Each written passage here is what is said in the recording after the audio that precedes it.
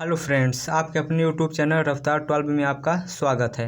आज हम पढ़ने वाले हैं गोलीय दर्पण के लिए रेखीय आवर्धन, यानी कि देखेंगे रेखीय आवर्धन क्या होता है।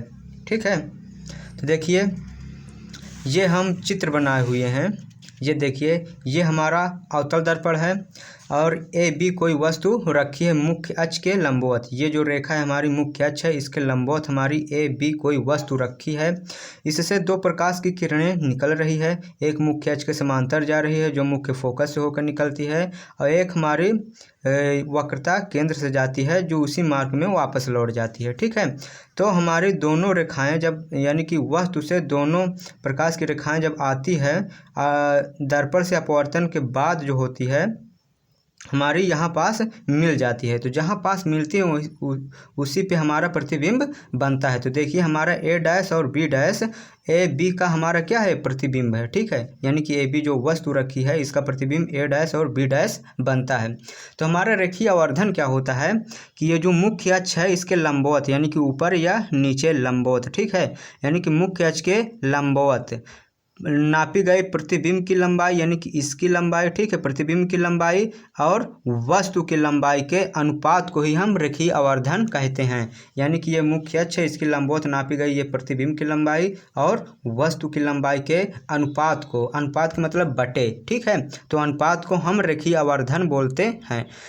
जो कुछ इसमें समझेंगे उसी को हम परिभाषा बना करके लिख देंगे। ठीक है, यानी कि मुख्य अक्ष के लंबवत नापी गई प्रतिबिंब की लंबाई और वस्तु की लंबाई के अनुपात को रेखीय आवर्धन कहते हैं। ठीक है, और इसे हम स्मॉल यम से प्रदर्शित करते हैं। आइए हम इसकी परिभाषा देखते हैं। तो ये हम परिभाषा लिखे हुई हैं।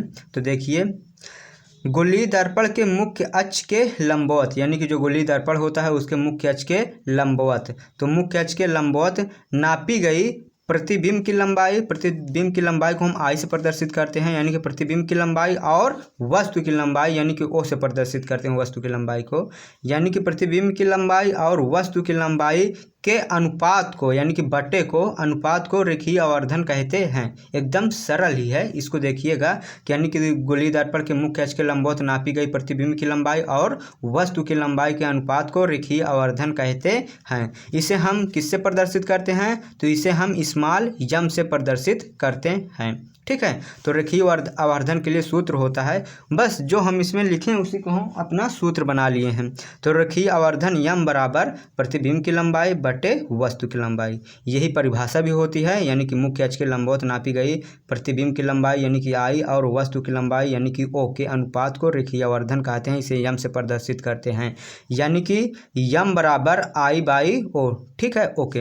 देखिए यम हमारा रेखीय आवर्धन हो गया, आई हमारी प्रतिबिंब की लंबाई हो गई, ओ हमारी वस्तु की लंबाई हो गई। यानी कि जो रेखीय आवर्धन होता है हमारा प्रतिबिंब की लंबाई और वस्तु की लंबाई के अनुपात को ही कहते हैं। ठीक है, ये चित्र में भी बना है कि ये प्रतिबिंब हो गई, ये वस्तु हो गया, इसकी लंबाई और वस्तु की लंबाई के अनुपात को ही हम रेखीय आवर्धन कहते हैं।